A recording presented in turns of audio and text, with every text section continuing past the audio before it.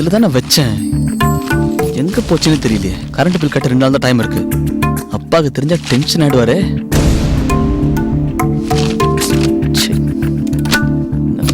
டேய் ஆனந்த், என்னடா தேடுற? இல்லக்கா, அப்பா கரண்ட் பில் கட்ட சொல்லி கார்டு கொடுத்தாரு. அதை இங்கதான் வச்சேன். இப்ப எங்க போச்சுன்னு தெரியல. அதெல்லாம் மாமா நேத்தே கட்டிட்டாரா. அப்படியா?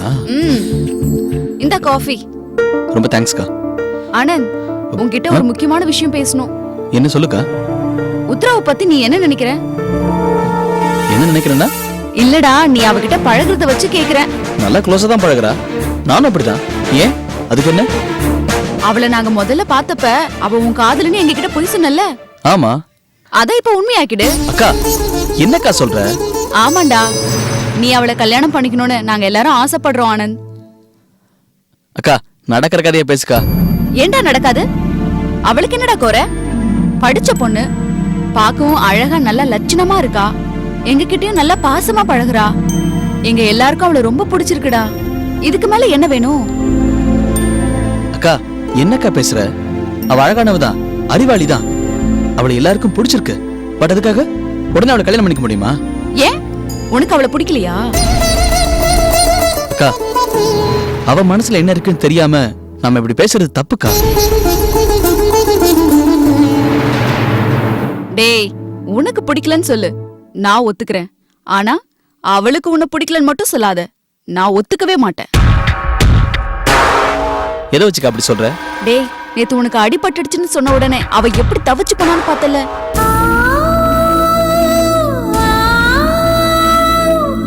ஓ, அத வச்சு சொல்றியா?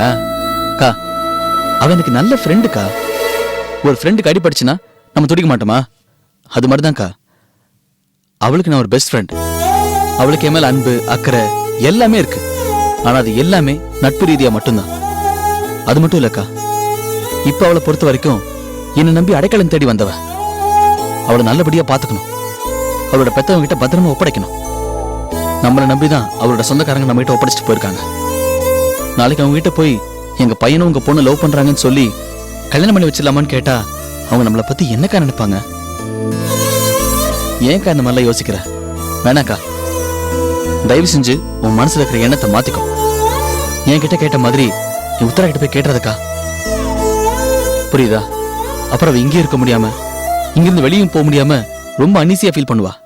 நீ கொஞ்சம் வாயை மூட்டு பேசாம இருக்கா, சரியா? பாவம்க்கா, அந்த பொண்ணு ஏற்கனவே நொந்து போயிருக்கா. நீங்க திரும்ப திரும்ப அவளை காயப்படுத்திடாதீங்க ப்ளீஸ்க்கா. உத்தரா இங்க இருக்கிற கொஞ்ச நாளாவது அவ சந்தோஷமா இருக்கட்டும்க்கா. ஏதாவது சொல்லி அவன் மனசை நோக்கடிச்சிடாதீங்க.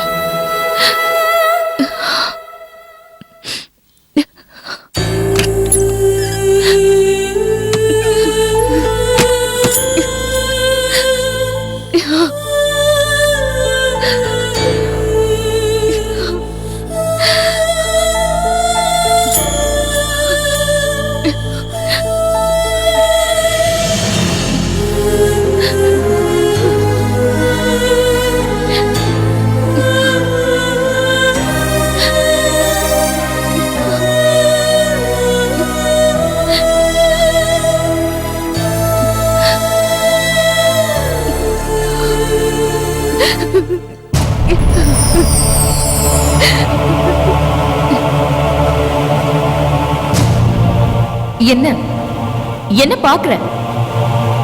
உனக்கே இதெல்லாம் நல்லவா இருக்கு? அந்த பையன் உன் மேல எந்த அளவுக்கு மரியாதை வச்சு ஃப்ரெண்ட்லியா பழகிட்டு இருக்கான். அவனை போய் தப்பா நினைக்க பாத்தியே. எப்படிப்பட்ட நேரத்துல அவன் உனக்கு ஹெல்ப் பண்ணிருக்கான். இன்னைக்கு உனக்காக எல்லார்கிட்டயும் சண்டை போட்டுட்டு இப்போ உனக்கு ஒரு நல்ல மரியாதையும் தேடி கொடுத்திருக்கோம். ஒட்டுமொத்த குடும்பமும் உன் மேல பாசமா பிரியமா பழகிட்டு இருக்கும் போது நீ போய் நான் ஆனந்த காதலிக்கிறேன்னு சொன்னா நல்லவா இருக்கும்? அந்த ஆனந்தே உன்னை பத்தி என்ன நினைப்பான்?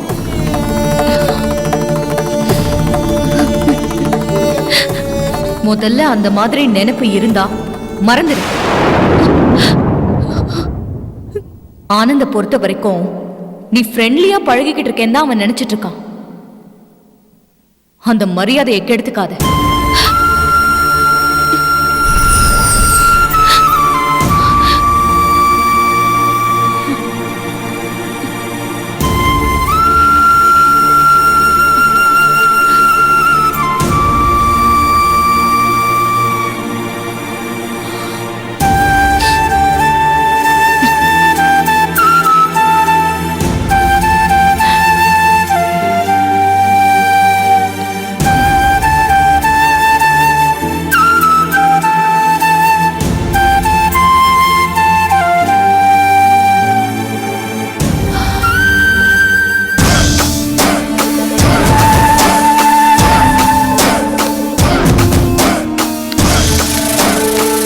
என்ன மாப்ள, போற போக்க பார்த்தா உங்க அத்தை ஜெயிச்சிருவா போல இருக்கு.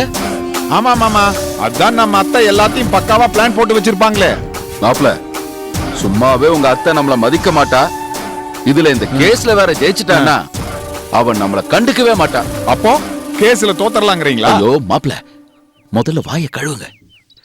ஒன்ன மறந்துடாதீங்க மாப்ள, கேஸ் மட்டும் அண்ணாச்சிக்கு சாதகமா தீர்ப்பாயிடுச்சுன்னா மாட்ட போறது உங்க அத்தை மட்டும் இல்ல, நாமளும் சேர்ந்துதான் மாட்டுவோம். ஐயோ மாமா, ஏன் மாமா காலையிலே கண்கலங்க வைக்கிறீங்க? நான் எப்பவுமே அத்தை கட்சி, அத்தைக்கு தான் சப்போர்ட் பண்ணுவேன். ஆமா, நாங்க எவ்வளவு முக்கியமான விஷயம் பேசிட்டு இருக்கோம், அங்க என்னத்த?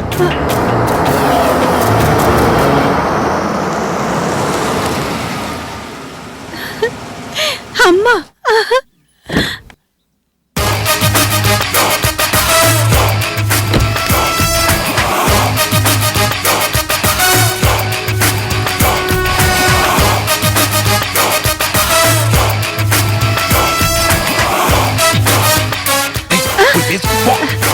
அம்மா, அம்மா, அம்மா, அம்மா, எப்படி இருக்க? இருக்கம்மா. இந்த கேஸ்ல நான் நிச்சயமா ஜெயிப்பேங்கிறதுனால உங்களை எல்லாம் கூட்டிட்டு வந்திருக்காரு உங்க அப்பா. ஆமாம்மா. அவர்கிட்ட சொல்லி வை, நான் முடிவு எடுத்ததுதான். கண்டிப்பா இந்த கேஸ்ல நான் ஜெயிப்பேன். அப்ப நீங்க எல்லாரும் வந்தா கூட யாரையும் சேர்த்துக்க மாட்டேன்.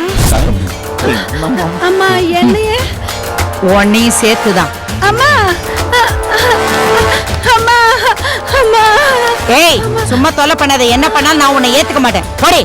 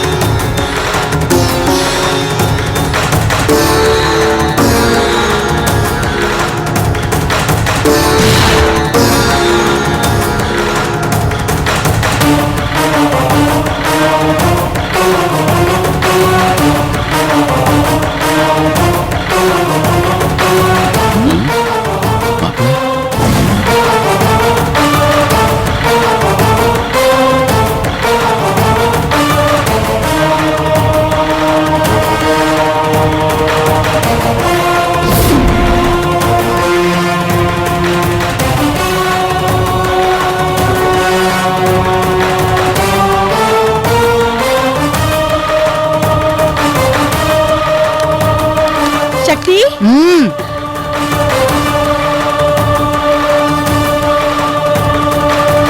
சக்தி, உன் ஆட்டத்தை இன்னியோட முடிச்சிடுறேன். பார்க்கலாம்.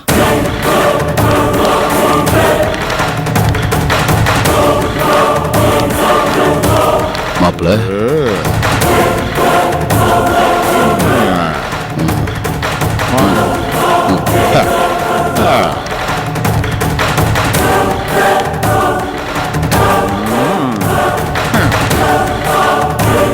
ரங்கே என்ன?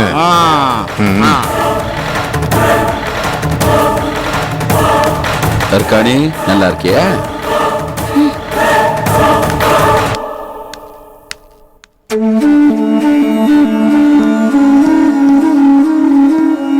சக்தி, வணக்கம் சார். வணக்கம். என்னம்மா அவ்வளவு சீரியஸா பாத்துக்கிட்டு இருக்க? இல்ல, அண்ணாச்சி வராரான்னு பாத்துட்டு இருக்கேன். சக்தி, எது எப்படியம்மா பிடிவாதமா போராடி அண்ணாச்சி இது வரைக்கும் கொண்டு வந்துட்டேன். இதுக்கப்புறம் எல்லாமே நமக்கு சாதகமா முடியும்னு நம்பிக்கையோட இருமா. Thank you sir. சரிம்மா, நான் உள்ள இருக்கேன். நீ வந்துட்டியான்னு பார்க்க தான் வந்தேன். சரி, நான் அண்ணாச்சி வந்த உடனே பார்த்துட்டு வந்துடுறேன். சரிம்மா, சரி.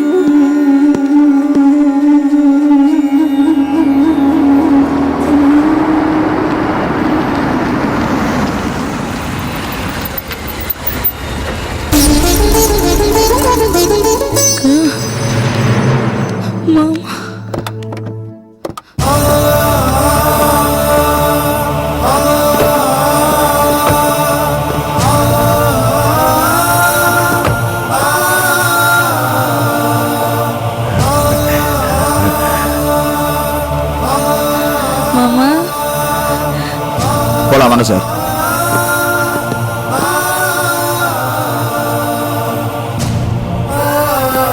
ஒரு நிமிஷம் இங்க பேசிட்டு வந்துடுறேன். Okay sir.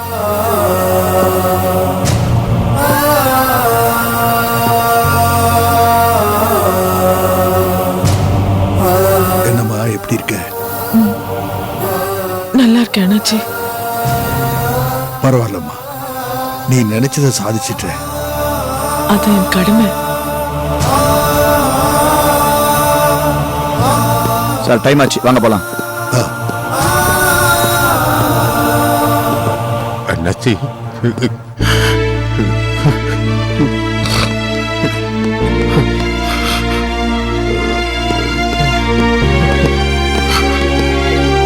அக்கா, எனக்கு ரொம்ப பயமா இருக்குக்கா. உள்ள என்னக்கா ஆகும்? வா. ஒன்றும் கவலைப்படாதீங்க அண்ணாச்சி, எல்லாம் சாதகமா தான் இருக்கு. எப்படி கேட்டு சொல்லலாம்.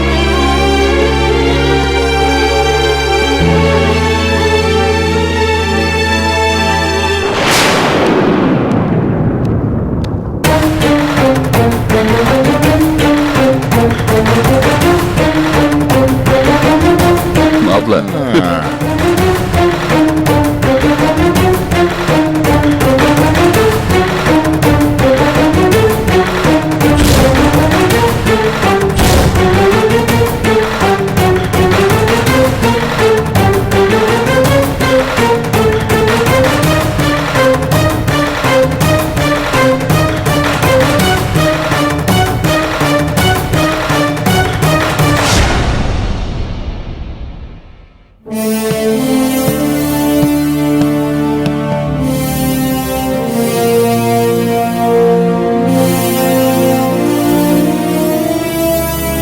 கேஸ் ஃபைல் கொடுங்க.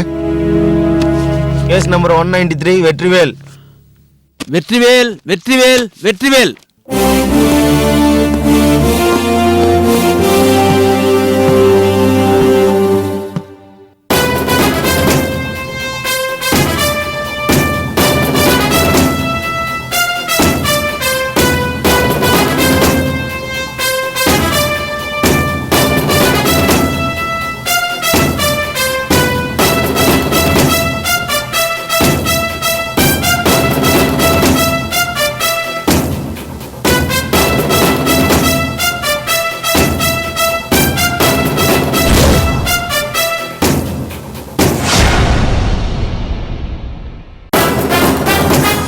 May I please your honor? Yes. குற்றம் சாட்டப்பட்டுள்ள அண்ணாச்சி என்று அழைக்கப்படும் திரு வெற்றிவேல் அவர்கள் சம்பந்தப்பட்ட இந்த வழக்கு தொடர்பான சில தகவல்களை உங்கள் முன் வைக்க விரும்புகிறேன். Yes, proceed. அண்ணாச்சி அவர்கள் காவல்துறையில் ஆணையராக பதவி வகித்து ஓய்வு பெற்றவர். பணியில் இருந்த காலத்தில் மிகவும் நேர்மையானவர் என்று பாராட்டப்பட்டவர்.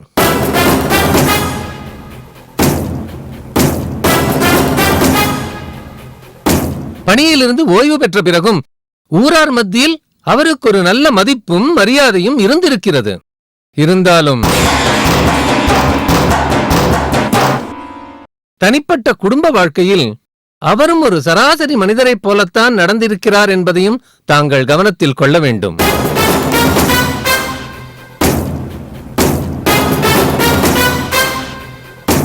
உயிருக்கு உயிராக தான் நேசித்த அவருடைய தங்கை மறைந்த திருமதி வசந்தா செந்தில்ராஜா அவர்கள் அண்ணாச்சியின் விருப்பத்திற்கு மாறாக செந்தில்ராஜாவை திருமணம் செய்து கொண்டு ஓடிப்போனது அண்ணாச்சிக்கு வெறுப்பை ஏற்படுத்தியுள்ளது.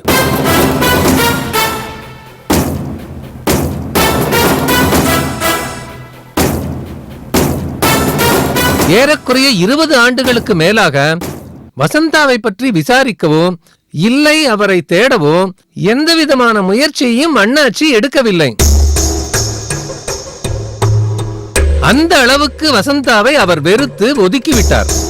பின்னாளில் வசந்தா செந்தில்ராஜா அவர்களின் ஒரே மகளான சக்தி கூட ஒரு வேலைக்காரியாகத்தான் அந்த வீட்டிற்குள் வர முடிந்ததே தவிர தங்கை மகள் என்ற முறையில் அல்ல.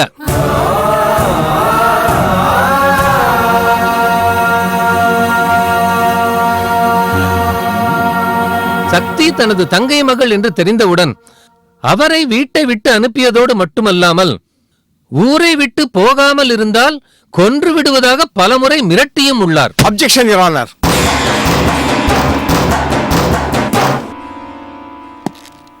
அரசு தரப்பு வக்கீல் அவர்கள் அண்ணாச்சி கொலை செய்வதாக மிரட்டினார் என்று சொன்னதை நான் மறுக்கிறேன்.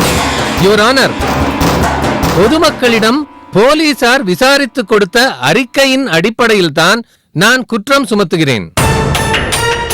அண்ணாச்சி அப்படி மிரட்டியது உண்மை என்பதற்கு சாட்சிகளும் போலீஸ் தரப்பில் தரப்பட்டுள்ளது. உங்களுக்கு தேவைப்படும் பொழுது சாட்சிகளை கோர்ட்டில் கொண்டு வந்து ஆஜர்படுத்தவும் நான் தயாராக இருக்கிறேன். அப்பொழுது வேண்டுமானால் எதிர்க்கட்சி வழக்கறிஞர் அவரை குறுக்கு விசாரணை செய்து கொள்ளலாம் என்று நான் தாழ்மையுடன் தெரிவித்துக் கொள்கிறேன். Objection over rule. I am sorry your honour. அடிச்சாரு பாரு நம்ம வக்கீல் நெத்தி அடி. You can proceed. Thank you your honour. இப்படி தங்கை மேல் வெறுப்பில் இருந்த அண்ணாச்சி அவர்களை தங்கை வசந்தாவே நேரில் சென்று பார்த்தபொழுது தங்கச்சி என்றும் பாராமல் அவரை கழுத்தை பிடித்து வெளியே தள்ளியிருக்கிறார். இதை அந்த பகுதியில் வசிக்கும் பலரும் பார்த்திருக்கிறார்கள். வசந்தா குடும்பத்தினரை ஊரை விட்டு போகுமாறு பலமுறை அவர் வேறு நபர்கள் மூலம் சொல்லி இருக்கிறார். அதை கேளாமல் வசந்தா தொடர்ந்து இந்த ஊரிலேயே இருந்தது அண்ணாச்சிக்கு கோபத்தை அதிகப்படுத்தி இருக்கிறது. அதை மனதில் வைத்துக் கொண்டுதான் அண்ணாச்சி ரவுடிகளை ஏவிவிட்டு வசந்தா குடும்பம் சென்ற காரில் பாம் வைத்து கொலை செய்ய முயற்சி செய்திருக்கிறார்.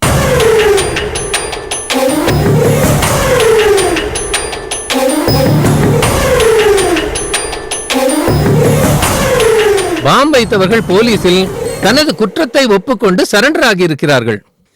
அவர் பெயர் பாஸ்கர் மற்றும் அவருடைய நண்பர்கள். அவர்களை இந்த கோர்ட்டில் ஆஜர்படுத்த அனுமதி கோருகிறேன். Yes proceed. பாஸ்கர் பாஸ்கர் பாஸ்கர்.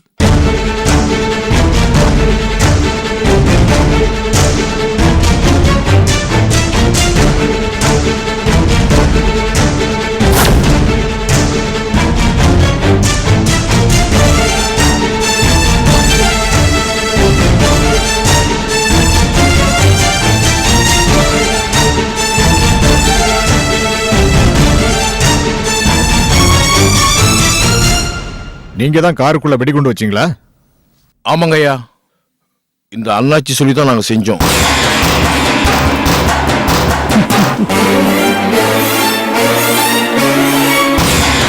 அட பாவிங்களா.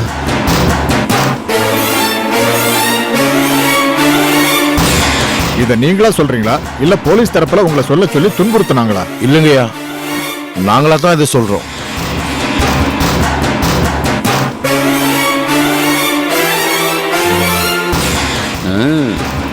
டிஃபென்ஸ் தரப்புல இருந்து அவங்கள குறுக்கு விசாரணை செய்ய விரும்பினா விசாரிக்கலாம். No your honour. நான் இவங்களை குறுக்கு விசாரணை செய்ய விரும்பல. நீங்க போலாம்.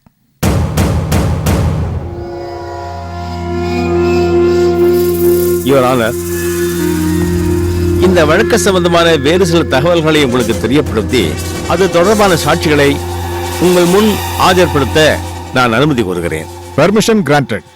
Thank you your honour. இந்த வழக்கில் குற்றம் சாட்டப்பட்டிருக்கும் எனது கட்சிக்காரர் வெற்றிவேல் மறைந்த திருமதி வசந்தாவை வெறுப்பது போல் நடித்தாரே தவிர உண்மையிலேயே அவர்களை வெறுக்கவில்லை. காரணம், செந்தில் ராஜாவின் சகோதரியாக கருதப்பட்ட நாகவள்ளி அவர்களால் வசந்தா குடும்பத்திற்கு ஆபத்து இருக்கிறது என்பதை அறிந்த காரணத்தினால்தான் அண்ணாச்சி அவர்கள் அவங்களை வெறுப்பது போல் நடித்து ஊரை விட்டு போக சொன்னாரே தவிர வேறு எந்த காரணமும் இல்லை. சம்பவம் நடந்த அன்று நாகவள்ளி தான் இந்த சதி திட்டத்தை தீட்டினார் என்பதற்கு அந்த வீட்டில் அப்போதிருந்து அருக்காணியை விசாரிக்க அனுமதி கோருகிறேன். Yes proceed. அருக்காணி அருக்காணி அருக்காணி. அக்கா தைரியமா போ.